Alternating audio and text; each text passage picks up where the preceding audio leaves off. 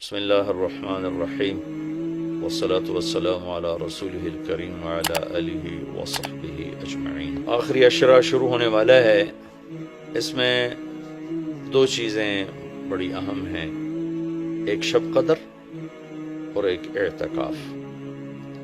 شب قدر 5 راتوں میں گھومتی ہے، ایک 27 کی رات ہی شب قدر نہیں۔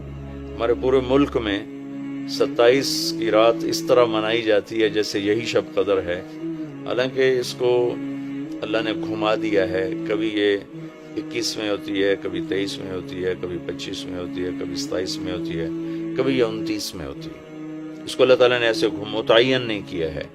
اللہ کے محبوب صلی اللہ تعالیٰ علیہ وسلم تشریف لا رہے تھے شب قدر بتانے کے لیے، تعین کے ساتھ، متعین ہونے کے ساتھ۔ کچھ 2 آدمی آپس میں لڑ رہے تھے، تو آپ نے فرمایا کہ میں آیا تھا تمہیں بتانے شب قدر، لیکن ان کی لڑائی کی وجہ سے اللہ تعالیٰ نے مجھے اس کو بھلا دیا ہے، لہٰذا اب تم اسے 5 راتوں میں تلاش کرو۔ اور یہ اللہ کا بہت بڑا کرم ہوا کہ اللہ نے اسے اس میں گم کر دیا۔ اگر اللہ تعالیٰ اس کو متعین کر کے بتا دیتے، اور آگے آنے والے زمانوں میں تو پتہ ہے کہ شب قدر میں بھی لوگ شراب بھی پئیں گے، زنا بھی کریں گے، تو پھر ایسی اللہ کی پکڑ آتی کہ شاید ہم بندر اور خنزیر بنا دیے جاتے۔ تو اللہ تعالیٰ جیسے وہ دسترخوان اترا، عیسیٰ علیہ السلام کی قوم نے کہا دسترخوان اتارو ایمان لے، انزل علینا مائدۃ من السماء، تو عیسیٰ علیہ السلام نے کہا یا اللہ دسترخوان اتار، تو اللہ تعالیٰ نے فرمایا اتار تو دوں گا، لیکن پھر کوئی ایمان نہ لایا تو وہ عذاب دوں گا کہ سب دیکھیں گے۔ تو دسترخوان اتارا، پھر بھی لوگ ایمان نہیں لائے، سوائے چند ایک کے، تو اللہ نے باقیوں کو خنزیر بنا دیا۔ تو شب قدر متعین ہوتی اور لوگ شرابیں پی رہے ہوتے، جوا کھیل رہے ہوتے، ناچ گانا کر رہے ہوتے، تو پتھر برسنے یا بندر خنزیر بننا ممکن ہے، ایسا ہوتا ممکن ہے۔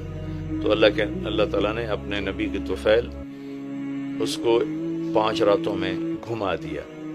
ایک تو 5 راتیں جاگنے سے 4 راتوں کی عبادت اور مل گئی، اور ایک شب قدر مل گئی، اور دوسرا اللہ کی رحمت ہوئی کہ اس کو چھپا رہنے دیا تاکہ اس کی ناقدری نہ ہو، لوگوں کو پتہ بھی نہ ہو، ناقدری نہ ہو۔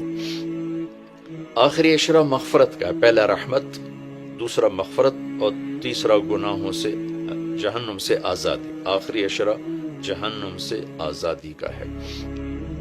نبی پاک صلی اللہ تعالی علیہ وسلم ساری زندگی اعتکاف بیٹھے آخری عشرہ میں۔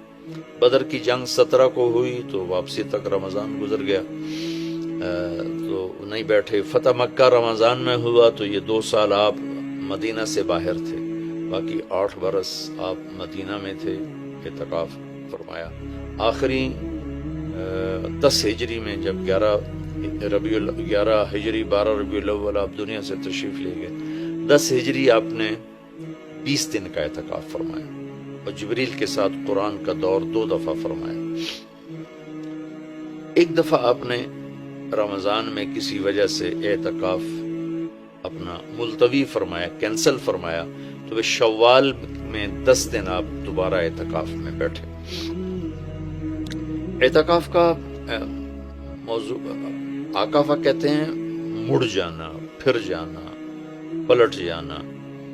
تو اعتکاف کا مطلب ہے کہ اس طرح یکسو ہو کے بیٹھنا کہ دل اللہ کی طرف پھر جائے، دل اللہ کی طرف مڑ جائے۔ تو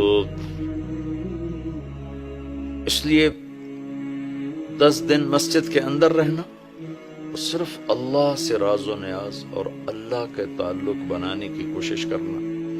اللہ کا فضل ہے، ہمارے ملک میں کیا پوری دنیا میں بہت شوق سے اعتکاف میں لوگ بیٹھتے ہیں۔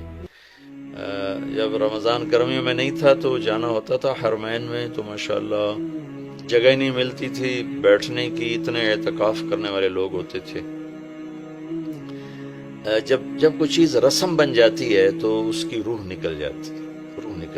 اعتکاف کا مطلب ہے خلوت میں اللہ سے تعلق بڑھانا، لیکن جب وہ اعتکاف ہی ایک مجلس بن جائے اور اعتکاف بھی ایک بھیڑ بن جائے تو وہ اعتکاف نہیں رہتا، نہ اس کا وہ مقصد پورا ہوتا ہے اور نہ اس کا وہ اجر ملتا ہے جو اس پر رکھا گیا ہے کہ ایک دن کا اعتکاف جہنم سے 3 خندق دوری ہے، اور ایک خندق کا فاصلہ زمین آسمان کے برابر ہے۔